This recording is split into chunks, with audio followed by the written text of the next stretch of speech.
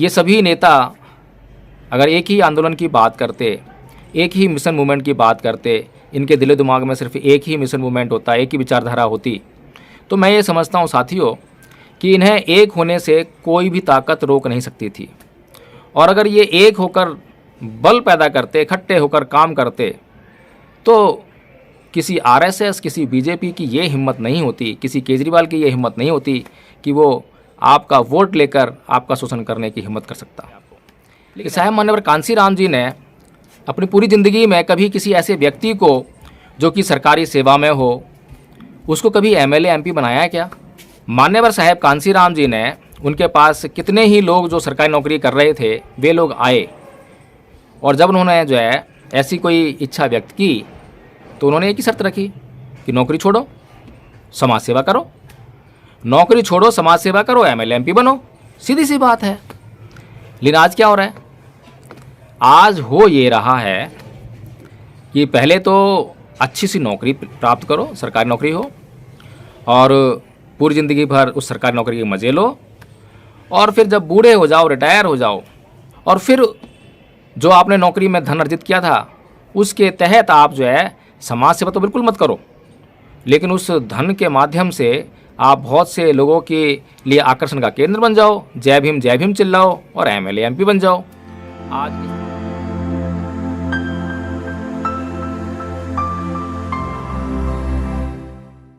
जय भीम, नमो बुद्ध।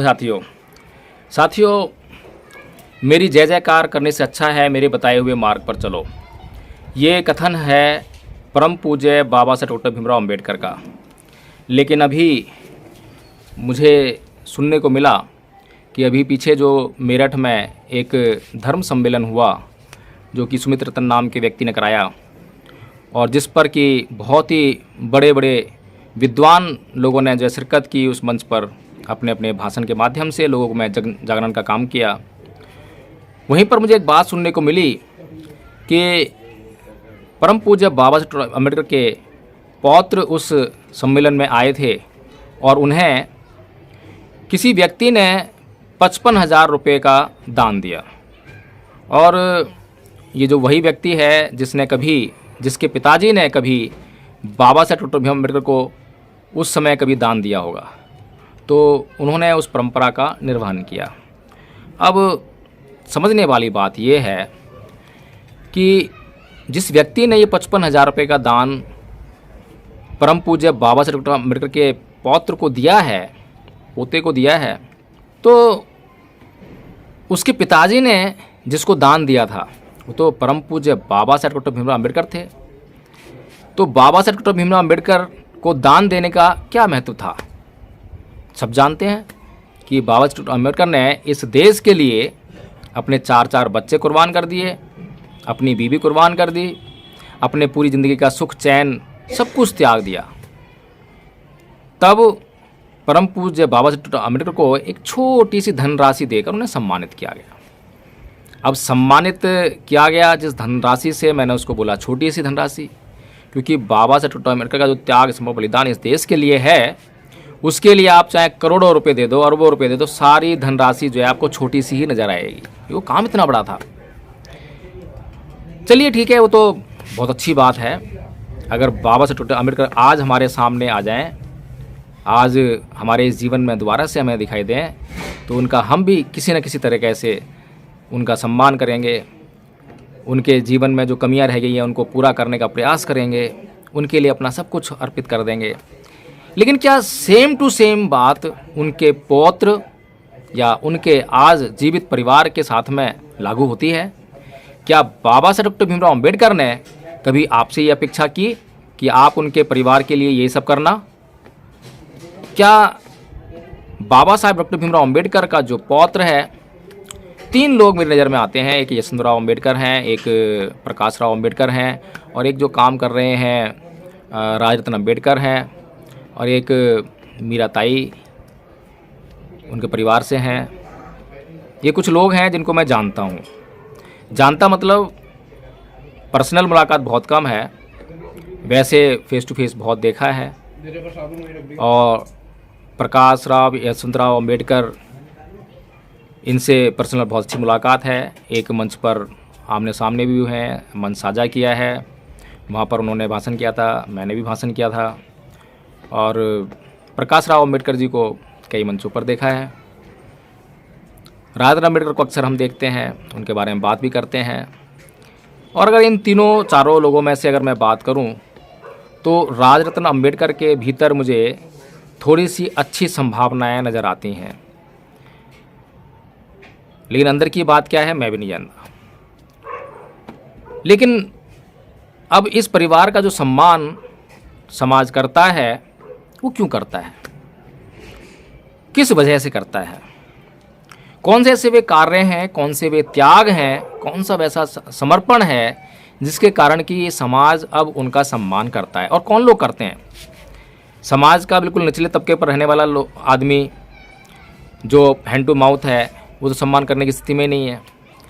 लेकिन जो बड़े बड़े कार्यक्रम आयोजित करते हैं और बड़े बड़े कार्यक्रम आयोजित करने के लिए बहुत भारी चंदा भी वो जुटाते हैं, क्योंकि जो समाज के जो ये कर्ता धर्ता हैं उनके दो तरह के उद्देश्य हैं। एक तो वे लोग हैं जिनके जीवन में कोई राजनीतिक महत्वाकांक्षा नहीं है और कोई सामाजिक महत्वाकांक्षा भी नहीं है, सामाजिक कार्य करने का भी कोई उद्देश्य नहीं है।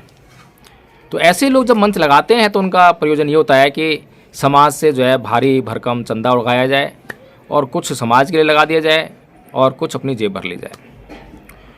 और दूसरी कैटेगरी के लोग वे हैं जो अपनी जेब से पैसा लगाकर ऐसे कार्यक्रम आयोजित करते हैं और उनकी ये महत्वाकांक्षा होती है कि बड़ी भारी संख्या में भीड़ आए, यूट्यूबर्स आएँ और उनका नाम जो है वहाँ पर लिया जाए, उनके नाम का बोलबाला हो, ताकि भविष्य में राजनीतिक संभावनाएं उनके पक्ष में शामिल हो जाएं और भविष्य में वो एमएलए, एमपी, एमएलसी वगैरह वगैरह जो भी है बनने की ओर वे जो है उन्मुख हो जाएं। ये भी आकांक्षा, महत्वाकांक्षा बहुत से लोगों की है। तो साथियों, ये दोनों तरह के लोग, चंदाखोर लोग और राजनीतिक महत्वाकांक्षाएं पाले हुए लोग, ये दोनों तरह के लोग जो हैं एक जब प्रोग्राम आयोजित करते हैं तो उसकी सफलता के लिए वो किसको चुनते हैं। आप देखेंगे कि जो लोग समाज के लिए बहुत अच्छा काम कर रहे हैं उन लोगों पर इनकी नज़र बहुत कम जाएगी।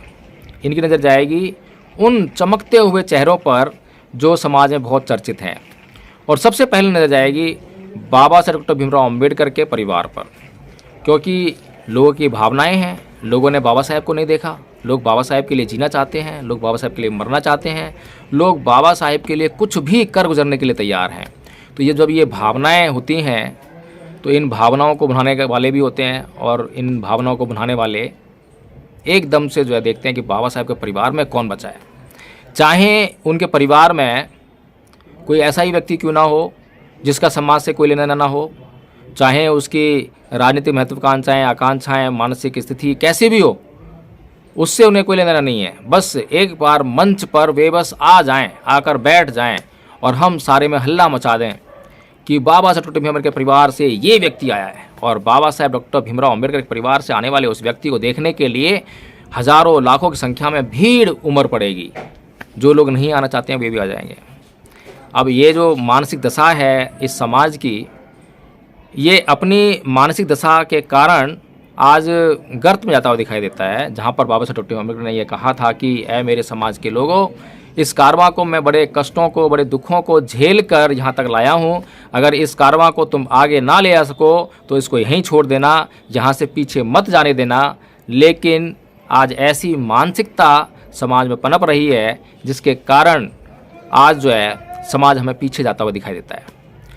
क्या कारण है? आज हमारे पास इतने सारे यूट्यूबर्स हैं, इतने यूट्यूब चैनल हैं, इतने सोशल मीडिया के प्लेटफॉर्म्स हैं, जागरूक करने के इतने सारे साधन हैं, उसके बावजूद आज हम सत्ता से बाहर हैं, धार्मिक आंदोलन सफल नहीं हो रहा है।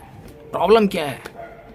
प्रॉब्लम यही है कि ये जो समाज है मानसिक बीमार है। बाबा साहब कहते हैं कि मेरे नाम की जय जयकार मत करना, मेरे बताए हुए मार्ग पर चलना, और ये समाज लगा हुआ है जय भीम जय भीम जय भीम।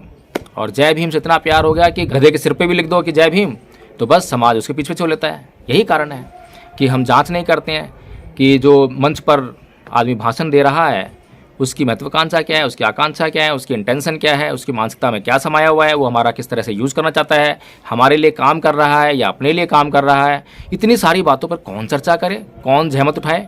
इसीलिए जो है हो ये रहा है कि आज आपको मंच के माध्यम से बड़े बड़े नेता दिखाई दे रहे होंगे, और जितने भी बड़े बड़े नेता आपको दिखाई दे रहे हैं वो अलग अलग दिखाई दे रहे होंगे, एक साथ कभी दिखाई नहीं देंगे, एक साथ बैठकर वो चाय नहीं पी सकते हैं। तो फिर आपके आंदोलन सफल कैसे होंगे? आपको, आपके समाज को, आपके आंदोलन को, दुश्मन को तोड़ने की जरूरत क्या है? वो तो आपकी वजह से खुद ही टूटे पड़े हैं, क्योंकि आपकी मानसिक स्थिति सही नहीं है।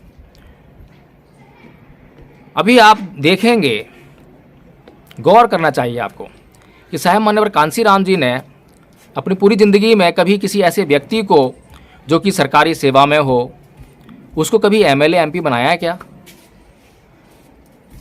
मान्यवर साहब कांसीराम जी ने, उनके पास कितने ही लोग जो सरकारी नौकरी कर रहे थे वे लोग आए, और जब उन्होंने जो है ऐसी कोई इच्छा व्यक्त की तो उन्होंने एक ही शर्त रखी कि नौकरी छोड़ो, समाज सेवा करो।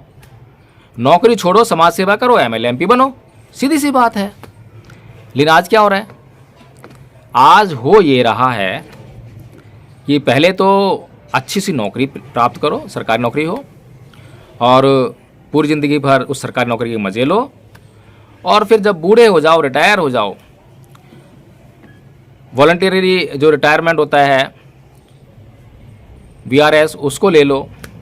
उसके बाद समाज में निकलो और अपना तमगा लगाओ कि मैं इस फलानी नौकरी में था, इतने ऊंचे पद पर था। सम्मान के से आपको लोग देखेंगे, फिर उसी सम्मान के कारण जो है आपको जो है अहमियत मिलेगी, और फिर जो आपने नौकरी में धन अर्जित किया था उसके तहत आप जो है समाज सेवा तो बिल्कुल मत करो, लेकिन उस धन के माध्यम से आप बहुत से लोगों के लिए आकर्षण का केंद्र बन जाओ, जय भीम चिल्लाओ और एमएलए एमपी बन जाओ। आज इस तरह के लोगों की बाढ़ आई हुई है। लेकिन समस्या ये है कि जो मंच लगाने वाले लोग हैं वे सबसे ज़्यादा मानसिक बीमार हैं। उनके उद्देश्य सही नहीं है। उनके उद्देश्य इस समाज का भला करना नहीं है, बल्कि इस समाज को गुमराह करना है। और इस बात को मैं ये समझता हूँ कि आम जन जो है उसको समझना चाहिए, क्योंकि मंच लगाने वाले का अपना प्रयोजन है। मंच लगाने वाला जो है जब तक भीड़ को नहीं जुटा पाए तो उसका कार्यक्रम सफल नहीं होगा, उसकी मजबूरी है। ये हम सब, आप सबको जो है ये समझना पड़ेगा कि हमें किस दिशा में चलना है। अगर ये सभी नेता अगर एक ही आंदोलन की बात करते, एक ही मिशन मूवमेंट की बात करते, इनके दिलो दिमाग में सिर्फ एक ही मिशन मूवमेंट होता, एक ही विचारधारा होती, तो मैं ये समझता हूँ साथियों कि इन्हें एक होने से कोई भी ताकत रोक नहीं सकती थी। और अगर ये एक होकर बल पैदा करते, इकट्ठे होकर काम करते, तो किसी आरएसएस, किसी बीजेपी की ये हिम्मत नहीं होती, किसी केजरीवाल की ये हिम्मत नहीं होती कि वो आपका वोट लेकर आपका शोषण करने की हिम्मत कर सकता। लेकिन ऐसा हो रहा है, और ऐसा सिर्फ इसलिए हो रहा है कि हम जो है बाबा साहेब की बातें नहीं मानते हैं। बाबा साहेब ने कहा कि मेरी जय जयकार करने से अच्छा है मेरे मार्ग पर चलो, मेरे बताए हुए मार्ग का अनुसरण करो, और हम लग गए बस जय जयकार करने में। हम जो है बाबा साहेब के पौत्र का सम्मान कर रहे हैं केवल इसलिए कि वो बाबा साहेब के परिवार से हैं। अरे भाई, आप जो है खुद जितना उनके परिवार के जो लोग हैं आज जो कार्य कर रहे हैं उनसे अधिक कार्य तो आप बहुत ज़्यादा कर लोगे, आप स्वयं कर लोगे। आप में से कोई भी व्यक्ति जो कुछ नहीं जानता है, अगर खाली बाबा साहेब की तस्वीर को उठाकर गली गली घूमता है, लोगों को बताने का कार्य करता है, दो बातें भी बाबा साहेब को बता देता है, तो मैं ये समझता हूँ कि बाबा साहेब के परिवार जो एग्जिस्टिंग परिवार है उससे कहीं ज़्यादा काम आप कर रहे हो। तो उस सम्मान का, जो सम्मान उनके परिवार को आज मिल रहा है, उससे कहीं ज़्यादा हकदार जो है आप लोग हो, जो आप लोग जो है गली मोहल्ले में जाकर बाबा साहेब डॉक्टर भीमराव अम्बेडकर का प्रचार प्रसार कर रहे हो। लेकिन ये बहुत गलत स्थिति है इस समाज की कि उस व्यक्ति को नहीं पूछेंगे मंच पर, उस व्यक्ति के परिवार में क्या चल रहा है, उसकी आर्थिक तंगी कैसी है, आर्थिक हालात कैसे हैं उसके, जो है इसकी चर्चा नहीं करेंगे, उसके आर्थिक स्थिति को संवारने का काम नहीं करेंगे। वे अपने मतलब से लाखों करोड़ों रुपया चंदा दे देंगे, लेकिन अपने समाज के किसी गरीब व्यक्ति को जो मिशन मूवमेंट का काम करना चाहता है, जिसके अंदर मिशन मूवमेंट का काम करने की योग्यता है, क्षमता है, उसके लिए किसी भी प्रकार की सहायता वे लोग नहीं करेंगे। तो साथियों, ये बात थी कुछ चंदा देने के ऊपर कि बाबा साहेब अम्बेडकर के परिवार को किस तरह से हमें सम्मानित करना चाहिए और क्या सम्मान उचित है। अपमान तो कभी नहीं करना चाहिए, अपमान किसी का भी नहीं करना चाहिए। और जो लोग काम करें, ऐसा नहीं है कि अब इन बातों के कारण जो है बाबा साहब अम्बेडकर के परिवार से कोई आए और वो अच्छा काम कर रहा हो तो उसको भी हम इग्नोर कर दें। हमें सम्यक दृष्टि पैदा करनी होगी, समता में स्थित होना होगा। जब जो जैसा काम करे उसको उतना सम्मान हमें देना ही होगा। हमें हमेशा जो है समता में स्थित होना होगा। तो साथियों, अगर ये वीडियो अच्छा लगा हो तो इसको लाइक कर दें, शेयर कर दें और कमेंट के माध्यम से बताएं कि इसमें क्या अच्छा था, क्या बुरा था, ताकि मैं अपनी गलतियों को सुधार कर पुनः आपके सामने प्रस्तुत हो सकूं। जय भीम, नमो बुद्धाय।